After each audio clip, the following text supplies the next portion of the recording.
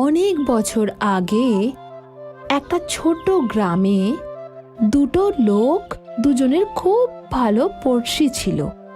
ওদের নাম ছিল নানু আর ধানু। দুজনেরই ছোট ছোট দুটো কুঁড়ে ঘর ছিল সমুদ্র তটের সামনে, যেখানে দুজনে দুজনের বউয়ের সাথে থাকতো। দুজনেই নিজেদের ছোট ছোট একটা কামরা বানিয়েছিল। মনু গরিব হওয়ার কারণে দুঃখী হয়ে থাকত। অধিকাংশ সময় না খেয়ে থাকতে হতো। এই জন্যই সে সব সময় পূজা পাঠ করত। একদিন গাছের দেবতা ওর পুজোয় খুশি হয়ে যায় আর ওর কাছে আসে। বলো তোমার কি চাই, ভালো মানুষ? হে ঠাকুর, তুমি আমার প্রার্থনা শুনেছ।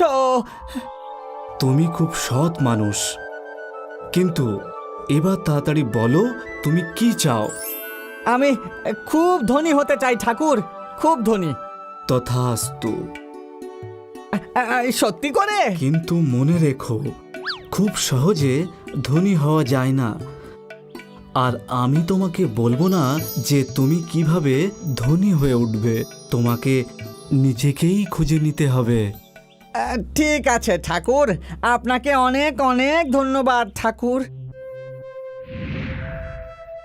মনুর বারান্দায় অনেক লম্বা লম্বা নারকোলের গাছ ছিল, কিন্তু ও কোনো দিনই এই গাছগুলোর দিকে তাকিয়েও দেখেনি। খুব তাড়াতাড়ি এই নারকেলগুলো পেকে যাবে, কেননা এইবারে এই নারকেলগুলো পেড়ে বিক্রি করলে আমরা যদি পয়সা পাই। ও ভাগ্যবতী, খুব তাড়াতাড়ি আমরা অনেক ধনী হয়ে যাব। তাই আর এই নারকেলের কথা চিন্তা করার কোনো দরকার নেই, শুধু অপেক্ষা করো। মনু এটা জানতো না যে ভগবান নারকেলের ওপরেই তার কৃপাদৃষ্টি রেখে দিয়েছিল। এর মধ্যে দিয়ে ভগবান পরীক্ষা নিতে চাইছিলেন। খুবই অদ্ভুত ব্যাপার। কাল পর্যন্ত তো এই নারকেলগুলো ছোট ছোট ছিল, কিন্তু আজ একদম পেকে গেছে দেখে মনে হচ্ছে। তোমারও মনে হচ্ছে না এটা? সত্যি কালকে নারকেল ছোট ছিল আর আজকে এত বড় হয়ে গেছে? হ্যাঁ, তুমি ওপরে গিয়ে একবার দেখার চেষ্টা তো করতে পারো। যাও, এগুলো বাজারে গিয়ে বেচে দাও। আজকেই করতে হবে, কিন্তু আজকে তো আমার কাজ করতে ইচ্ছেই করছে না। কিন্তু নারকেলগুলো পেকে গেছে, ওগুলো তো তোমার জন্য আর অপেক্ষা করে থাকবে না। না, আজকে করব না। আজকে আমার কাজ করার একটু ইচ্ছা নেই। আরে নারকেলগুলো তো গাছ থেকে উড়ে যাবে না, ওইসব আমি কালকেই করে নেবক্ষণ। যাই হোক, কেউ কখনো অলস লোককে দিয়ে কোনোদিন কাজ করাতে পেরেছে? কিন্তু মনু যখন নিজের অলসতা দেখাচ্ছিল, ওই রাতেই ধানু বারান্দায় বসেছিল। দম দম আর দম দম দম, আজকের রাত কি সুন্দর রাত। এই রাতে সব চমৎকার হয়। যদি আমার সাথে এমন চমৎকার হতো, যদি আমিও অনেক ধন পেয়ে যেতাম।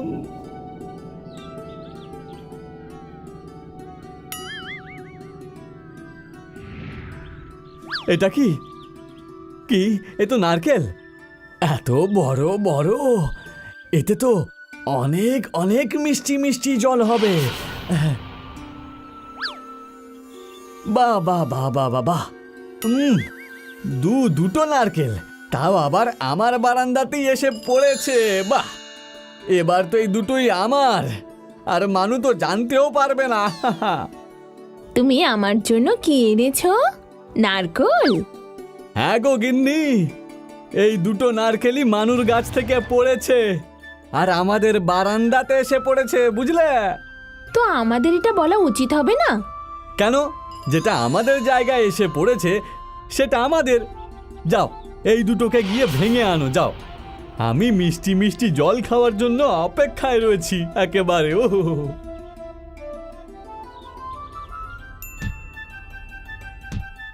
এটা কি? হে ঠাকুর, এটাতে তো সোনার মুদ্রা রয়েছে। এই নারকেলটাতে সোনার মুদ্রা রয়েছে। আমার বিশ্বাস ছিল নিশ্চয়ই কিছু চমৎকার হবে। তাড়াতাড়ি আর একটা নারকেলও ভাঙো।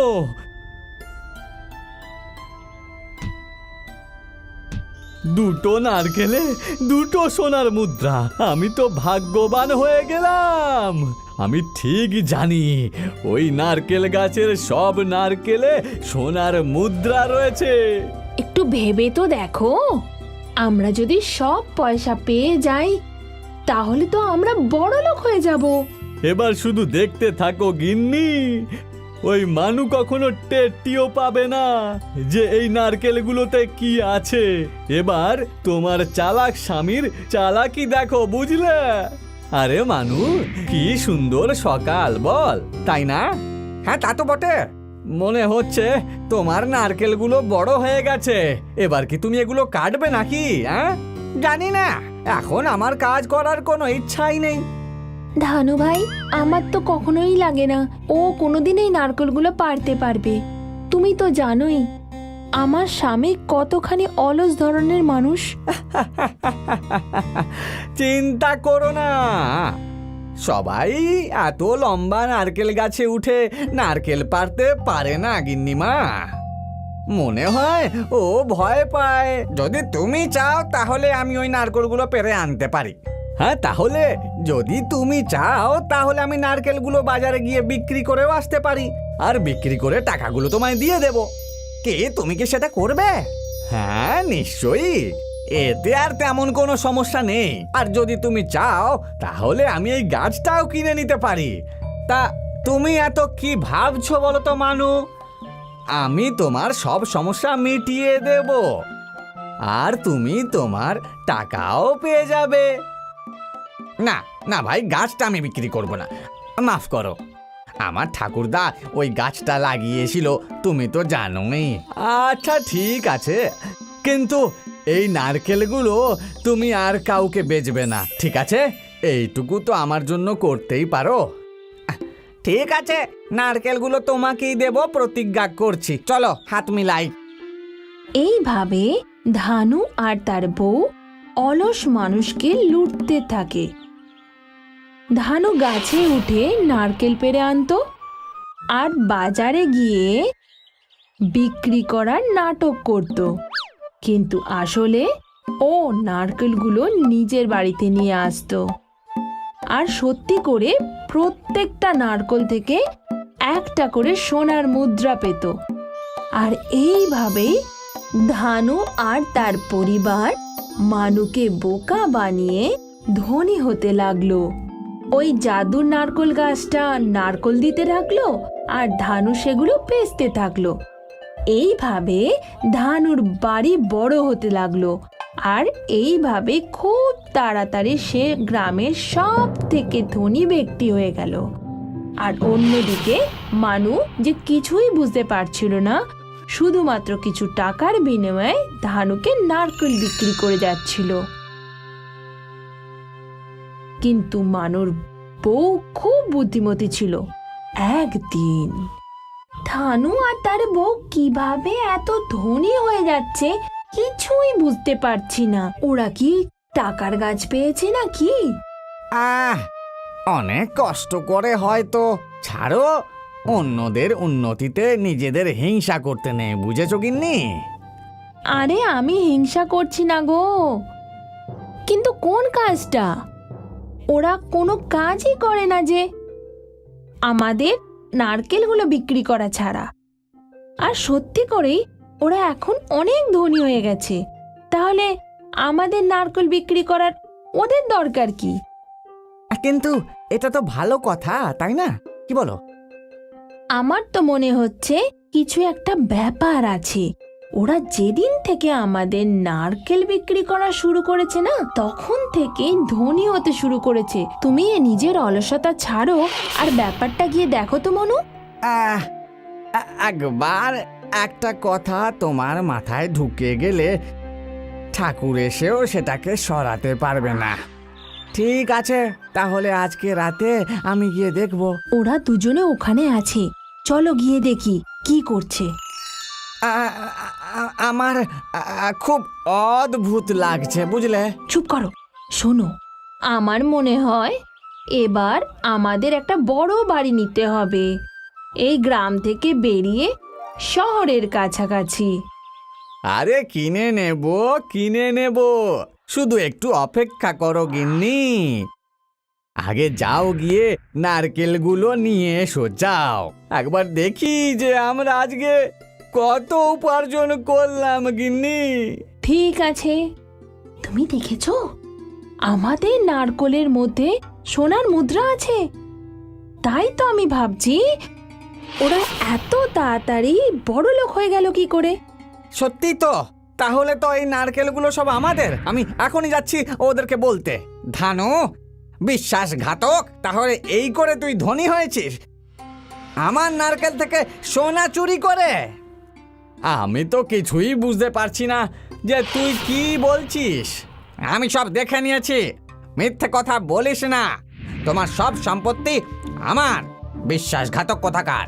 বাজে কথা না বলে এক্ষুনি তুমি আমার ঘর থেকে বেরিয়ে যাও। আমি তোমার সব নারকেল কিনে নিয়েছি, তার মানে সেই নারকেলের ভিতরে যা আছে সেগুলো সব আমার। না, এগুলো ঠিক না। ওই নারকেলের ভিতরে থাকা সোনার মুদ্রাগুলো আমার। চিন্তা করো না, তুমি আবার ভগবানের কাছে প্রার্থনা করো, সে নিশ্চয়ই তোমার প্রার্থনা শুনবে। ওই দিন রাতে মানু কঠোর সাধনা করলো। অনেকক্ষণ বাদে ভগবান আবার মানুকে দর্শন দিলেন। কি হয়েছে মানু? আমি বারবার তোমার কাছে আসতে পারবো না। পৃথিবীতে এমন অনেক মানুষ রয়েছে যাদের আমাকে দরকার। হে ঠাকুর, আপনি আমাকে সাহায্য করুন। ধানু আমার সব সোনার মুদ্রা চুরি করে নিয়েছে। আমি জানি, আমি সব দেখেছি, কিন্তু আমি এতে কিছুই করতে পারবো না। এসব তোমার অলসতার জন্যই হয়েছে। তাই যা হবার তা হয়ে গেছে। কিন্তু ঠাকুর। ঠিক আছে, যেহেতু তুমি একজন সৎ মানুষ, তাই আমি তোমায় সাহায্য করব। কিন্তু তোমাকেও প্রতিজ্ঞা করতে হবে যে তুমি পরিশ্রম করে কাজ করবে। প্রতিজ্ঞা করছি। তুমি নিজে তোমার গাছে চড়বে। হ্যাঁ ঠাকুর, নিশ্চয়ই আমি করব। কিন্তু আমি ওই চোর ধানুকেও শিক্ষা দিতে চাই। চিন্তা করো না, ও একজন বিশ্বাসঘাতক। ও যা করেছে তার শাস্তিও নিশ্চয়ই পাবে। এখন থেকে মানু আর আমাকে নারকেল বিক্রি করবে না, তাই আমাকে এবার থেকে নারকেল চুরি করে নিতে হবে।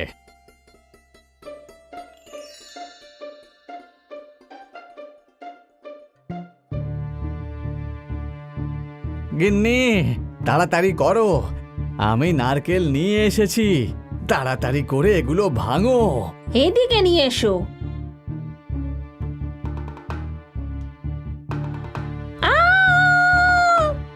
কি হলো? কি হলো? এখানে নারকলের মধ্যে তো বিছা রয়েছে। হে ঠাকুর, পালাও পালাও গিন্নি, তাড়াতাড়ি করে পালাও। না, এই রকম করো না মানু। আমাদেরকে এই বিছের হাত থেকে বাঁচাও মানু। আমি কেন তোমাদেরকে বাঁচাবো? এই বিছেগুলো সব তোমার নারকেলের মধ্যে ছিল। কিন্তু তুমি তো বলেছিলে নারকেলের মধ্যে যা থাকবে সেগুলো সবই তোমার, তাই না? শুভ বিদায় ধানু, বিছেগুলোর সাথে আনন্দে থাকো। ধানু আর তার বউ নিজেদের ভুল বুঝতে পারল। বিছগুলো তাদের অনেকক্ষণ ধরে হয়রানি করেছিল, কিন্তু বিছগুলো চলে যাওয়ার পর ধানু আর তার বউ মানুর কাছে ক্ষমা চাইল আর নিজেদের সম্পত্তিগুলো তাদের সাথে ভাগ বাটোয়ারা করে নিল। আর তারপর একসাথে দিন কাটাতে লাগলো। যখন তাদের কাছে অনেক ধন সম্পদ জমা হয়ে গেল, তখন তারা তাদের থেকে সোনার মুদ্রাগুলো গ্রামের অন্য লোকেদের কাছে দিতে থাকলো। নারকেলের গাছ যতদিন থাকলো, তার ভেতর থেকে সোনার মুদ্রাও বেরোতে থাকলো।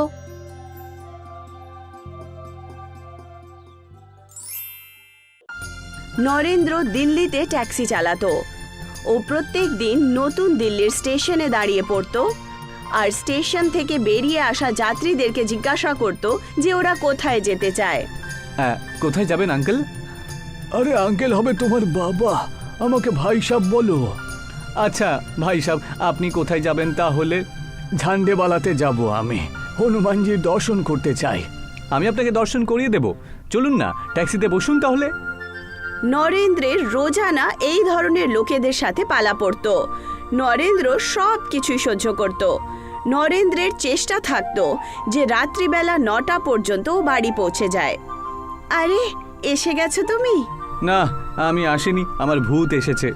দীপক আর কাঞ্চন কি ঘুমিয়ে পড়েছে? না, ওরা দুজন ভূত এখনো জেগে আছে, টিভি দেখছে। বলছিল যে তাদের আজকের হোমওয়ার্ক খুব কঠিন, সেই জন্য তোমার হেল্পের দরকার পড়বে। আরে হেল্প আবার কি হেল্প হয়, বুঝেছো? হ্যাঁ, সেই বলছিলাম। খুব ভালো হতো যদি বিয়ে করার আগে একটু মাথাটা আমি খাটিয়ে নিতাম, তাহলে আমি অন্তত পক্ষে কোনো গ্র্যাজুয়েট মেয়েকে আমি বিয়ে করতাম। এখন সারাদিন কাজও আমি করব, আর ওই দুজন ভূতকে আমাকেই পড়াতে হয়, কি জ্বালা। নরেন্দ্র যখন নিজের বাচ্চাদেরকে লেখাপড়া করাতো, তখন বাচ্চারা তার কাছে অনেকগুলো প্রশ্ন জিজ্ঞাসা করত। বাবা, নানা ধরনের গাড়ির টায়ারের কালার সবসময় কালো কেন হয়? টায়ারের রং কালো এই কারণেই হয় কারণ টায়ার তৈরি করার জন্য যে পদার্থগুলো ব্যবহার করা হয় তার রং তো কালো হয়। বাবা, কিছু মেঘ কালো আর কিছু মেঘ সাদা কেন হয়? কালো মেঘের মধ্যে জল বেশি থাকে, আর সূর্যের সমস্ত প্রকাশ রঙগুলোকে শোষণ করে নেয়, সেই জন্য কালো দেখতে মনে হয় তাদেরকে। আর এদিকে সাদা মেঘের মধ্যে জল কম থাকে, আর প্রকাশের সব রঙকে রিফ্লেক্ট করতে পারে সে, সেই জন্য তার রং সাদা হয়। আরো ভালো করে বোঝাও না। আরও ঠিক করে বুঝতে চাও? তাহলে তুমি তোমার এই প্রশ্নটাকে স্কুলের টিচারকে জিজ্ঞাসা করবে। আমি টিচার নয় বাচ্চারা, আমি শুধু ড্রাইভার। বাচ্চাদেরকে ঘুম পাড়িয়ে নরেন্দ্র খাবার খেতে বসে। সরকারি স্কুলে টিচার বাচ্চাদেরকে ভালো করে পড়ায় না, তুমি তাদের অ্যাডমিশন কিছু ভালো ইংলিশ মিডিয়াম স্কুলে করিয়ে দাও না, যেখানে প্রত্যেকটা বাচ্চার উপরে নজর দেওয়া হয়। আমি চেষ্টা করব, কিন্তু আজকাল বেশি রোজগারও তো আমার হচ্ছে না। ক্যাব অটো এত বেশি বেড়ে গেছে যে আমি ভাড়াই পাচ্ছি না সঠিকভাবে। 20 জনকে জিজ্ঞাসা করলে মাত্র একজন যাত্রী পাওয়া যায়। আমার আর বাচ্চাদের ছোলা কুলচা পছন্দ, আমিও কি বিনা বৌদির দোকানে ছোলা কুলচা বিক্রি শুরু করব? না না, দোকানও চলবে না, আর তার বোঝে ভাড়া লাগবে সেটা আবার আলাদা। সব কিছু ব্যবস্থা আমি করে নেব। আমি আজকাল দেখছি লোকেরা ক্যাবে বেশি করে যাওয়া আসা করছে, ক্যাবে বেশি রোজগারও রয়েছে, আর যাত্রীদেরকে ডেকে ডেকে বসানোর এইসব ঝামেলাটাও তো নেই, ফোন থেকেই বুকিং হয়ে যায়। নরেন্দ্র নিজের ট্যাক্সি বিক্রি করে দেয় আর ব্যাংকে যায়। স্যার, আমি একটা কার লোনে নিতে চাইছি। তোমার কাছে কোনো লেটার রয়েছে? স্যার, আমি গত 15 বছর ধরে ট্যাক্সি চালাচ্ছি, কারের ব্যবহারটাও ট্যাক্সির মতনই করব আমি, আর সময়ে সময়ে লোন আপনাকে দিয়ে দেবো আমি। ব্যাংক তোমাকে বিশ্বাস তো করতে পারবে, আর লোনও তুমি পেয়ে যাবে, কিন্তু কিছু না কিছু কোলাটেরাল তোমাকে রাখতেই হবে। নরেন্দ্রের কাছে নিজের বাড়ি ছাড়া আর কোনো সম্পত্তি ছিল না। সে তার নিজের বাড়ির উপরে লোন নিয়ে কার কিনে নেয়। কারের লোন যত তাড়াতাড়ি আমরা পেয়ে যাব তত তাড়াতাড়ি ভালো হবে, সেই জন্য আমি দিন রাত ছোট বড় সব রাস্তাতেই অনেক কাজ করব, আর সেই জন্য আমি যদি রাত্রে বাড়ি না আসি তাহলে তুমি চিন্তা করো না জানো। নরেন্দ্র দিন রাত ক্যাব চালাতে শুরু করে। তার উদ্দেশ্য ছিল যে 1 বছরের মধ্যেই সে নিজের বাচ্চাদের কোনো একটা ভালো স্কুলে অ্যাডমিশন করায়। সুযোগ পাওয়া মাত্রই নরেন্দ্র ক্যাবেই ঘুমানোর চেষ্টা করত। অন্যদিকে তার বাচ্চারা বাড়িতে নরেন্দ্রের অপেক্ষায় থাকত। দুজনই ছাদে বসে মেঘ দেখছিল। দেখ, ওই মেঘটা ডাইনোসরের মতো দেখতে, আর ওই মেঘটা ক্যান্ডির মতো মনে হচ্ছে। তোমরা দুজন এখানে ছাদে বসে মেঘ দেখছো, আর আমি নিচে তোমাদেরকে রাস্তায় খুঁজছিলাম। এই নাও, তোমাদের জন্য ছোলা কুলচা বানিয়েছি। আরে বাহ, ছোলা কুলচা! মা, মেঘে আমরা আকৃতি কেন দেখতে পাই? মেঘে কোনো আকৃতি হয় না বাবু, আমাদের মাথায় যেই জিনিসের ছবি ঘুরতে থাকে আমরা মেঘে সেই ছবিটাই খুঁজতে শুরু করে দিই। অন্যদিকে দিন রাত ক্যাব চালানোর কারণে নরেন্দ্রের ঘুম পুরোই হতে পারছিল না। একদিন নরেন্দ্র রাত্রি প্রায় 1টার সময় কিছু যাত্রীকে হরিয়ানা নিয়ে যাচ্ছিল। তক্ষুনি তার ঘুম পেয়ে যায়। সামনে থেকে আসা ট্রাক ড্রাইভার নেশায় ট্রাক চালাচ্ছিল। নরেন্দ্রের কার আর ট্রাক একে অপরের সাথে ধাক্কা খায়। কারের আগের অংশটা প্রায় পুরোপুরি খারাপ হয়ে যায়। আশেপাশের লোকেরা নরেন্দ্রকে কার থেকে বাইরে বার করে হাসপাতালে পৌঁছে দেয়। প্রায় 1 বছর কাজ না করে তোমাকে থাকতে হবে। কয়েকদিন পরে তুমি হাসপাতাল থেকে ছুটি পেয়ে যাবে, কিন্তু বাড়িতেও আরাম করতে হবে তোমায়। এরকম অবস্থায় নরেন্দ্র লোন তো চোকাতে পারবে না। কিছুদিন পর ব্যাংকের লোকেরা বাড়ি পৌঁছে যায়। আমি ক্ষমা চাইছি, তোমার পরিবারও রয়েছে, কিন্তু তোমাদের বাড়ি নিলাম করা ছাড়া এই মুহূর্তে ব্যাংকের কাছে আর কোনো উপায় নেই। মা, বাবা, আমরা কোথায় যাব? ওখানেই যেখানে মেঘ যায়, দিদা দাদুর বাড়িতে। নরেন্দ্র গ্রামে নিজের শ্বশুর বাড়িতে চলে যায়। গীতা, তোমার পরিবারকে থাকার জায়গা তো দেব, কিন্তু খাবার দাবার আর বাচ্চাদের পড়াশোনার খরচ তোমাকে নিজেই বের করতে হবে। কিন্তু তুমি চিন্তা করো না দাদা, আমার পরিবার তোমার উপরে বোঝা হবে না। আমি ছোলা কুলচা বিক্রি করব, আর আমার বাচ্চারা গ্রামের সরকারি স্কুলেই পড়াশোনা করবে। গীতা গ্রামে ছোলা কুলচা বানানোর জন্য জায়গা খোঁজে। বিকেলবেলা বাড়িতে ফিরে সে নরেন্দ্রকে বলে, ওগো, আমি ছোলা কুলচা বানানোর জন্য জায়গা খুঁজেছি। এমন একটা জায়গা খোঁজো না যেখানে খুব বেশি ভিড়ভাড় থাকবে আর লোকজনের নজরে আসবে। হ্যাঁ, গ্রামে ভিকু হালুয়াইয়ের দোকান সব থেকে ভালো চলে। ওখানে সিঙ্গারা, পকোড়া, জিলিপি, মিষ্টি, কচুরি সবকিছু বিক্রি করে, কিন্তু ছোলা কুলচা বিক্রি করে না। আমি তার অপোজিটে স্টল লাগাবো। গীতা পরের দিন ভিকু হালুয়াইয়ের কাছে পৌঁছায়। নমস্কার কাকু। রাম রাম গীতা মা, অনেকদিন পরে দেখা পেলাম গ্রামে এলে। বাচ্চারা সবাই ভালো আছে তো? হ্যাঁ, বাচ্চারা সবাই ঠিক আছে, কিন্তু আমার বরের অ্যাক্সিডেন্ট হয়ে গেছে, সেই জন্য এখন আমি গ্রামেই থাকবো। আমি আপনার কাছে এটা জিজ্ঞাসা করতে চাই, আমি আপনার পাশে ছোলা কুলচার স্টল লাগাতে পারি কি? হ্যাঁ হ্যাঁ, লাগাতেই পারো। আমি তো ছোলা কুলচা বিক্রি করি না, সেই জন্য আমার কোনো সমস্যা নেই। তবে আমার মনে হয় না গ্রামের লোকেরা আমার জিনিস ছেড়ে দিয়ে তোমার ছোলা কুলচা খেতে যাবে। গীতা নিজের 2 বাচ্চার সাহায্যে একটা বড় টেবিলের ওপরে ছোলা কুলচা বানায় আর বিক্রি করা শুরু করে দেয়। আসুন আসুন আসুন, বরযাত্রীতে পড়ে যাবেন, আগে ছোলা কুলচা খেয়ে যান। গ্রামে কেউ ছোলা কুলচা বিক্রি করতো না, সেই জন্যে গীতার ব্যবসা চলতে শুরু করে। আর যেই গ্রাহক ভিকু হালুয়াইয়ের দোকানে আসতো, তারা ছোলা কুলচাও খেয়ে যেত। যেভাবে গীতার রোজগার বাড়ছিল, সেইভাবে ভিকু হালুয়াইও গীতার উপরে ঈর্ষা শুরু করে। আমার সমস্ত গ্রাহক এর গ্রাহক হয়ে গেল, এখন আমি বুঝতে পারছি না যে কি করি। অন্যদিকে গীতার রোজগার বাড়লো, তখন সে নিজের মায়ের বাড়ি ছেড়ে দেয় আর একটা ভাড়ায় বাড়ি নিয়ে নেয়। আমাকে ক্ষমা করে দিও গীতা, আমার মনে হতো যে তুমি বেশি পড়াশোনা জানো না, সেই জন্য কিছু করতে পারবে না, কিন্তু তুমি তো সাহস করে সংসারটাকে চালিয়ে ফেললে। তোমার কর্মশীলতাই তো আমাকে প্রেরণা দিয়েছে গো। অন্যদিকে ভিকু হালুয়াই মিউনিসিপ্যালিটির অফিসে পৌঁছায়। সে অফিসে গিয়ে অফিসারকে ঘুষ দিয়ে বলে, আমার দোকানের পাশে রাস্তার ধারে গীতা নামের একজন মহিলা ছোলা কুলচা স্টল লাগায়, ওকে সরিয়ে দিতে হবে। 2-4 জন আরো দোকান সরিয়ে দিও, তাহলে গীতা যেন এটা বুঝতে না পারে যে ওর দোকানটাই বিশেষ করে সরানো হয়েছে। পরের দিন মিউনিসিপ্যালিটির অধিকারী রাস্তায় পৌঁছে যায়। দিল্লির বিখ্যাত ছোলা কুলচে। কত দাম ছোলা কুলচের? 20 টাকার প্লেট। 1 প্লেট আমাকেও খাওয়াও তো। ছোলা কুলচো খাওয়ার পর অধিকারী বলে ওঠে, তোমার ছোলা খুবই ভালো, কিন্তু তোমাকে নিজের ব্যবসা এখান থেকে বন্ধ করতে হবে, কারণ রাস্তার ধারে সমস্ত দোকান আমরা তুলে দিচ্ছি। এক্ষুনি থাকুক না স্যার, যদি আমি এখান থেকে ব্যবসা সরিয়ে দিই তাহলে আমার রোজগার চলতেই পারবে না যে। তুমি ভাড়ায় অন্য দোকান নিয়ে নিও। সাহেব, আমার বড় অসুস্থ, ওনার ওষুধের খরচা, থাকার ভাড়া, বাচ্চাদের স্কুলের ফিস, এই সমস্ত জিনিসেই টাকা খরচ হয়ে যায়। আমি দোকান ভাড়ায় নিতে পারবোই না। এসব আমি জানি না, অন্য কোথাও চলে যাও, কিন্তু এখান থেকে তুমি তোমার ব্যবসা বন্ধ করো। অধিকারী পুরো রাস্তা খালি করিয়ে দেয়। দীপক আর কাঞ্চন একটা বাসন নিজের মাথায় রেখে নেয়, আর ওরা 3 জন বাড়ির দিকে রওনা দেয়।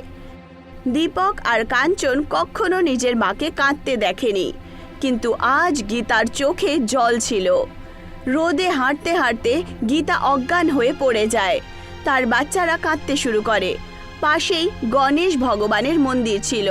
কাঞ্চন আর দীপক নিজের মাকে তুলে মন্দিরে নিয়ে যায় আর প্রার্থনা শুরু করে দেয়। হে গণেশ ভগবান, আমাদের মাকে ঠিক করে দাও। আমাদের বাবা আগে থেকেই অসুস্থ, যদি মাও অসুস্থ হয়ে যায় তাহলে আমরা খাবার দাবারও পাবো না, আর আমাদের লেখাপড়াও বন্ধ হয়ে যাবে। তক্ষুনি হঠাৎ করে মূর্তি থেকে গণেশ ভগবান বাইরে আসেন। তখন গীতার জ্ঞান ফেরে। গণেশ ভগবান গীতাকে দুটো মেঘ দেন। এই মেঘ সবসময় তোমাদের ছাদে থাকবে, তোমরা যখন চাইবে এর মধ্যে থেকে ছোলে কুলচে বের করতে পারবে। এই মেঘ সংকটের সময়ও তোমাদেরকে রক্ষা করবে। দীপক, কাঞ্চন আর গীতা বাড়ির দিকে যায়। মেঘ তাদের ওপরে ওপরে তাদের সাথেই যায়। মেঘ তাদের ছাদের ওপরে বসে পড়ে। পরের দিন গীতা মেঘকে বলে ওঠে, মেঘ মেঘ ছোলা দাও।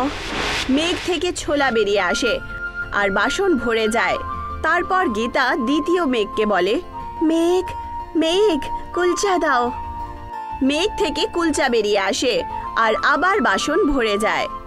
গীতা ছোলার বাসন নিজের গলায় ঢোলের মতো টাঙিয়ে নেয় আর কুলচার বাসন কাঞ্চন আর দীপক ধরে তার সাথেই হাঁটা শুরু করে। ওরা তিনজন এখন ঘুরে ঘুরে পুরো গ্রামে ছোলা কুলচা বিক্রি করতে শুরু করে। প্রথমে গীতার স্টল একটা জায়গাতেই ছিল, সেই জন্য গ্রামের বাচ্চা, বুড়ো আর সমস্ত লোকেরা ওখানে পৌঁছতে পারতো না। কিন্তু এখন গীতা সমস্ত বাড়ির সামনে দিয়ে যেত, সেই জন্য তার বিক্রি বেড়েই গেছিল। গীতা নিজের বাড়িতে পৌঁছে টাকা গুনতে গুনতে নরেন্দ্রকে বলে ওঠে, আজ তো খুব মজা হলো, বিনা পরিশ্রম করে শুধু রোজগার। একদিন গীতা গ্রামের সবচেয়ে বড় কাপড়ের দোকানে নিজের বাচ্চাদেরকে কাপড় কিনতে নিয়ে যায়। ওখানে সে মিউনিসিপ্যালিটি সেই অফিসারকে দেখতে পায়। সেও নিজের পরিবারের সাথে কাপড় কিনতে গেছিল। মিউনিসিপ্যালিটির অধিকারী যখন গীতাকে দামি কাপড় কিনতে দেখে নেয়, তখন সে নিজের ওপরে লজ্জা ফিল করে। আমাকে ক্ষমা করে দেবেন গীতা দিদি, সেই দিন আমি আপনার রোজগার কেড়ে নিয়েছিলাম। আসলে আমি লোভে পড়েছিলাম। ভিকু হালুয়াই, যাকে তুমি কাকু বলো না, ওই তো তোমাকে তোমার ব্যবসা নিজের দোকানের সামনে থেকে সরানোর জন্য ঘুষ দিয়েছিল। আচ্ছা, তাহলে এই ব্যাপার। ভিকু কাকু ওপরে ওপরে তো মিষ্টি বলেন, আর ভেতরে ভেতরে আমার সঙ্গে ঈর্ষা করে। উনি আমার ব্যবসা খারাপ করার চেষ্টা করেছিল, কিন্তু এখন আমি ওনার দোকানই ভাড়ায় কিনে নেব। গীতা দোকানদারের মালিকের কাছে পৌঁছায় আর পৌঁছে সে দ্বিগুণ ভাড়া দেওয়ার কথা বলে দেয়। দোকানের মালিক সঙ্গে সঙ্গে ভিকু হালুয়াইয়ের কাছে পৌঁছায়। বেকু ভাই, কালকে তোমাকে দোকানটা সরাতে হবে। কেউ একজন দ্বিগুণ বেশি ভাড়ায় এই দোকানটা নিয়ে নিয়েছে। কিন্তু সে কে যে এত বেশি ভাড়া দেওয়ার জন্য রেডি আছে? গীতা, ছোলা কুলচাওয়ালা। কিন্তু আমি আপনার দোকানটা অনেক দিন ধরে চালাচ্ছি, আপনি আমাকে সরাতে পারেন না। আমি এসব শুনতে চাই না, তুমি দোকানটা তুলে দাও তো। যেইভাবে এক সময় চোখে জল নিয়ে গীতাকে নিজের স্টল সরাতে হয়েছিল, ঠিক সেইভাবে আজ ভিকুকে নিজের দোকান খালি করতে হলো। ভিকুকে গ্রামবাসীরা বলে যে গীতার ছাদের ওপরে মেঘ আছে, যার দ্বারা সে ছোলা কুলচা চায়। আরে মেঘই তো সব শেষ করে দেব। ভিকু একটা অনেক উঁচু আর শক্তিশালী ফ্যান বানিয়ে দেয় আর মেঘ ওড়ানোর চেষ্টা শুরু করে দেয়। মেঘ অনেক দূর পর্যন্ত উড়ে যায়, কিন্তু তারপর তারা উড়ে ভিকুর মাথার উপরে আসে আর বড় বড় বরফ বর্ষাতে শুরু করে। ভিকু দৌড়ে দৌড়ে পালাচ্ছিল, কিন্তু তার মাথার ওপরে বরফের বৃষ্টি শুরু হয়ে যায়। ওরে বাবা গো, আমায় কেউ বাঁচাও, কে আছো বাঁচাও। গীতা মা, আমাকে বাঁচাও, তোমার কাছে হাত জড়ো করছি আমি, আর আমি এমন কখনো ক্ষতি করব না তোমার। তখন গীতা মেঘেদের বলল, মেঘ ছাদে ফেরত চলে এসো। মেঘ নিজের জায়গায় ফেরত চলে আসে আর তখন ভিকুর প্রাণ বেঁচে যায়।